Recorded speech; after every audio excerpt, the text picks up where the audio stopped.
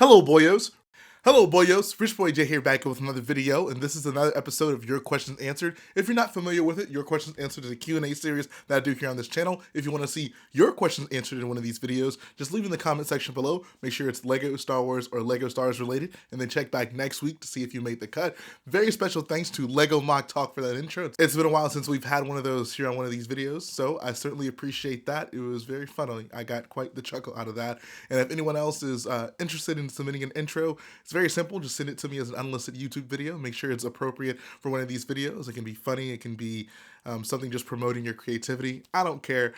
Just send it to me and I would love to give you a little bit of exposure via the introductions on one of these videos. So without further ado, let's jump right into the questions. First question today comes from Spencer Stewart. He says, "Hey, Rich Boy J, in the background to the right of your head, is that a little echo-based display with some speeders in it?" I guess, yeah, it is. It's right there.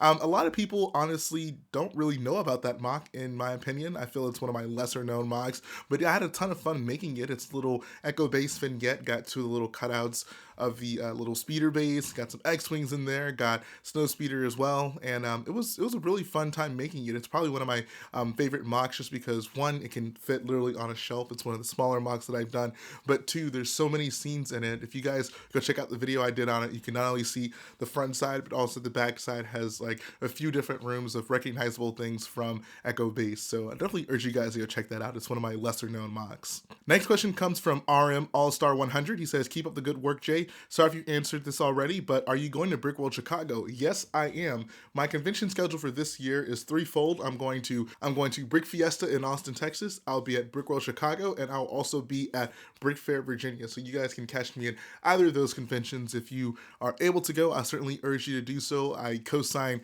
all of those conventions. There will all be a wonderful time, and I would really just appreciate meeting all of you. Also, I figured I should add what I'm going to be taking to these conventions. So for Chicago, I'm probably going to be taking my Corvus, and it's actually sitting right there on the shelves now, so you guys will be able to see that in person. At Brick Fiesta, I'll be taking whatever is done on Starkiller Base up to that point, so that's where I'll be really showing off my big MOC. And then at Virginia, the plan right now is just to bring the Corvus again. That might change depending on, maybe I'll have something else built by that point, but in the meantime, I can just pencil in me having the Corvus at Brick Fair, Virginia. So definitely come out, guys. I'd love to meet you. Next question comes from Blue Brick. He says, "What would you think of a TV/movie series illustrating Luke's journey collecting ancient Jedi relics heading to Octo?" I like the idea of learning about this story. I'm just not sure if this would be best told through a film. TV series, I think, would be a little bit better for it, but I think it would need to be a little bit more all-inclusive for like what's going on with Luke between Return of the Jedi and The Force Awakens. I would like to see his Jedi Academy, how that formed, and really just the stages of Kylo's development and how he, I guess, progressively gets pulled to the dark side, and then what it eventually leads to his defection. Like, we see a little bit of this in the flashback in The Last Jedi, but I think it would be a really cool, like, I don't know, TV series to really see the steps and everything that just led up to that fateful moment. It wouldn't need to be a super long TV series. It could just be one that just goes on for a season.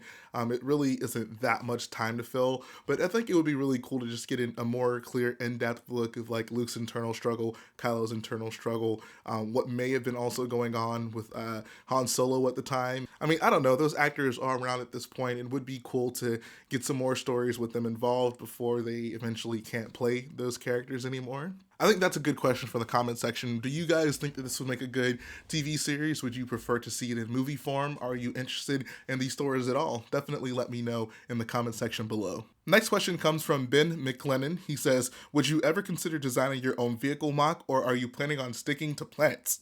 I found this question interesting because I feel like for my MOC career, I really started off with doing vehicle MOCs. Some of my first MOCs were, of course, the pod racers that I did. The next really big one that I did was the AT-AT. Then I went to Falcon. I think Scarif kind of fell between there, but then I also did the ATM-6 for Crate. It is kind of weird that I'm probably known more now for the planet builds that I've done, but doing the vehicle builds is a very important part to me in building MOCs. I've always taken pride in the fact that while I do obviously like large planet layouts and dioramas like that. I always try my best to incorporate some custom ship builds as well, because I think those are really fun to do. And it is, I don't know, I feel like I can contribute to the community by doing that, because I'll usually sell or distribute the instructions to them. So I like to think of it as my way of giving back to the community. So it's kind of funny you asked that. I imagine you're probably just not familiar with all my mocks, but yeah, I do vehicles. I really started off doing vehicles. Now it's kind of more so the big planet builds. But like I said, I try my best to incorporate a vehicle or two that I do on my own. So if you're not familiar with it, definitely urge you guys to go check out some of the vehicles I've done. My Millennium Falcon is probably the most popular one out there. The ATM-6 I think is the most impressive one that I've done. And I think the Corvus is pretty cool too. So definitely go check those out if you guys haven't seen them. Next question comes from Clicky Monster, and he says, what's your worst experience while building a mock? For example, things breaking constantly, frustrating design, etc. Great vids, by the way. Thank you very much. So to answer this question, I think there's three things that have really characterized bad building experiences for me. The first one is just bad design, where the build itself just isn't really working out. The second one, I think, is just building under a lot of pressure. Like, you're put in a situation where you have to have a project done by a deadline, and you ultimately are just trying so hard at the end to actually make that deadline. And then the third is really just bad luck. You just have a stroke of bad luck and something ends up breaking, and it might actually end up even breaking multiple times. So to get more in depth with that, the first one so far as bad design is that little ship right there. Now I've talked to a lot of people who have built it. They did not have such issues with it.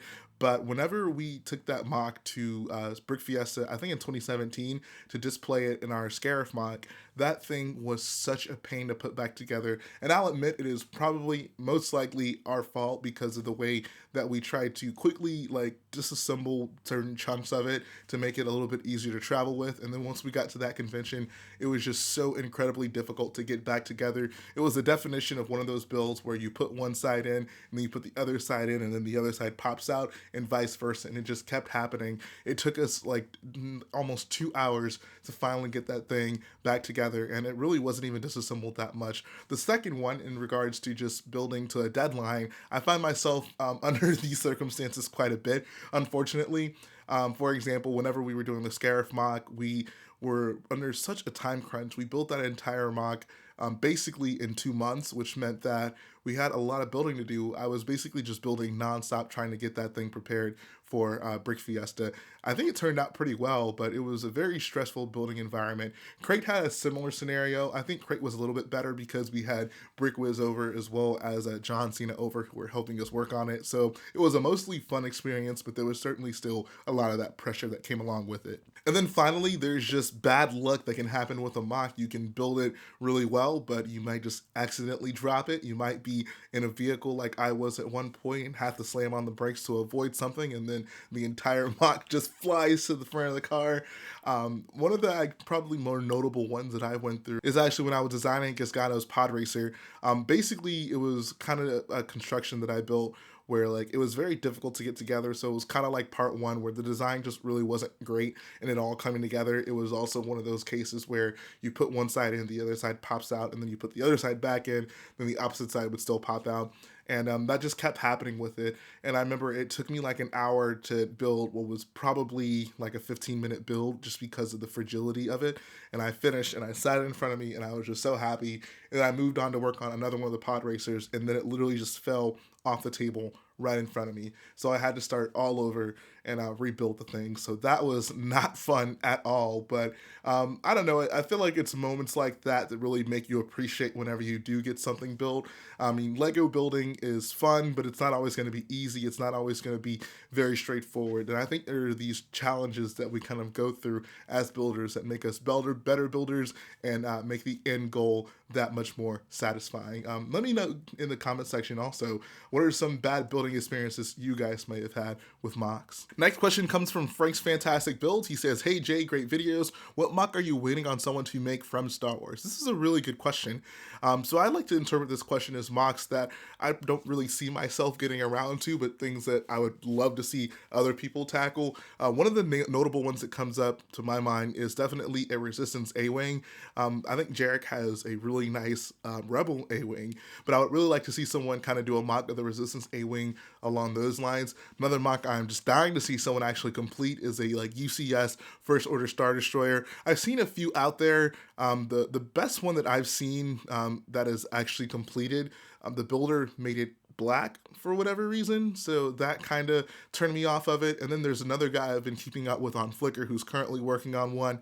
He just has not finished, so whenever he gets that done, you definitely can expect to see that on the LEGO Star Wars Mock Showcase. And the final question for today comes from Fremlin the Gremlin. He says, if given the opportunity, would you work at Brick Mania or Brick Vault? An answer for each would be greatly appreciated. This is an interesting question. So Brick Mania, if you guys aren't familiar with it, I believe they sell basically custom Lego kits. They're primarily based around like military stuff, and they actually will gather the pieces for you. So when you buy it from them, they already have all the pieces. You don't have to go hunting them down. If you do want to do that, then I believe they also sell the instructions. Also, Brick Vault, big YouTube channel. They have basically like a warehouse / office space where they have the ability to build in-house mocks, and of course they reach out to other people to sell their designs as well, me being one of those people. So as for Brick Mania, I would say probably not. I've never really had much of an interest in military mocks. I'm pretty much exclusively Star Wars, as you guys can probably tell by my channel. So I just really don't see it being there that much being... So I really just don't see there being that much for me with them. As for Brick Vault, I think that would actually be kind of fun, like having the opportunity to, I don't know, work alongside them on their big Yavin mock. I would love to get paid to build mocks. That's really the goal with my YouTube channel. But I don't know, being under obviously a very successful YouTube channel and having the opportunity to go there, that could be something fun I can do on the side. Of course, I would really want to work it out to where I could still do my own stuff on my own channel, but I definitely would not mind going over to California and helping them out on their projects. But that's going to finish up the video today, guys. I hope that you enjoyed watching it. Like I said, if you want to see your questions answered in one of these videos, leave it in the comment section below. Make sure it is LEGO Star Wars or LEGO Star Wars related, and then check back next week to see if you made the cut. Also, send me those intros. I would love to put them at the front of these videos. Like I always say, guys, if you like what I do, go ahead, support the video by hitting that like button, support the channel by smashing that subscribe button, and I will be back again very soon.